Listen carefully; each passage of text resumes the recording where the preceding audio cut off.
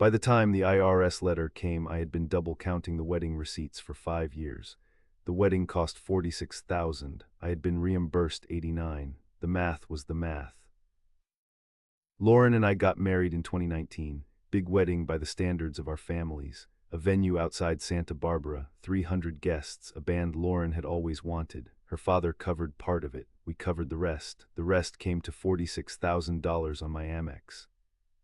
The venue overcharged us. I noticed it the week after the honeymoon. They had double billed for the wine package and added a service fee that wasn't in the contract. I called them, I emailed 3 times, and they refunded $6,000 to the card 7 weeks later. That was clean. That was right. The rest of it was not clean. I run a small consulting business, 2-person shop, my partner and me. We file our own taxes. Around the same time as the wedding, I had been at a conference in Aspen with 3 clients, and the conference had been billed as a small retreat, and I had a stack of receipts from the 4 days that came to about $9,000. Real expenses, real clients, real business. When I was sorting through the post-wedding cleanup that fall, I made the decision, and I am going to call it a decision because that is what it was, to combine the receipts. The venue bill, the band, the catering, all of it got booked into the business as a client appreciation retreat for the same week as the actual Aspen trip. I split it across 2 LLC accounts so the totals didn't look strange. I deducted $46,000 against business income.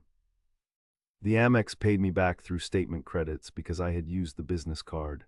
The IRS paid me back through a smaller tax bill. That was the double dip. I did it because I told myself the venue had screwed us, and the band had been overpriced, and a few $1,000s of margin somewhere in the year was not going to hurt anybody, and it was a one-time thing.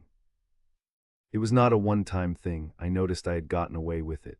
The next year I did it with a vacation. A trip we took to Maui in early 2020 before the world shut got expensed as a client research retreat. $11,000. The year after that, my brother's bachelor party in Tahoe became a strategy offsite, $14,000. By 2023, I had pulled almost $100,000 out of the business that way over 4 years.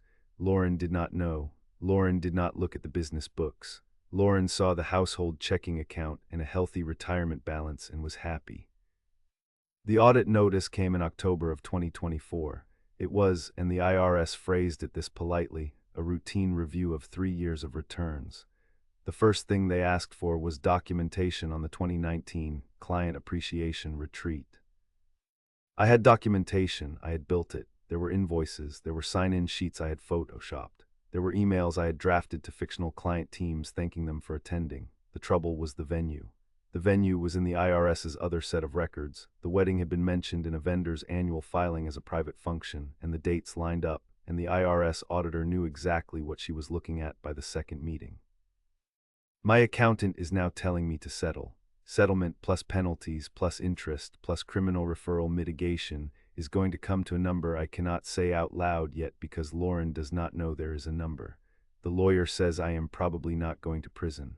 The lawyer says probably the way lawyers say probably. Lauren still does not know any of this. The audit letters come to a P.O. box I opened in 2021 for this exact reason.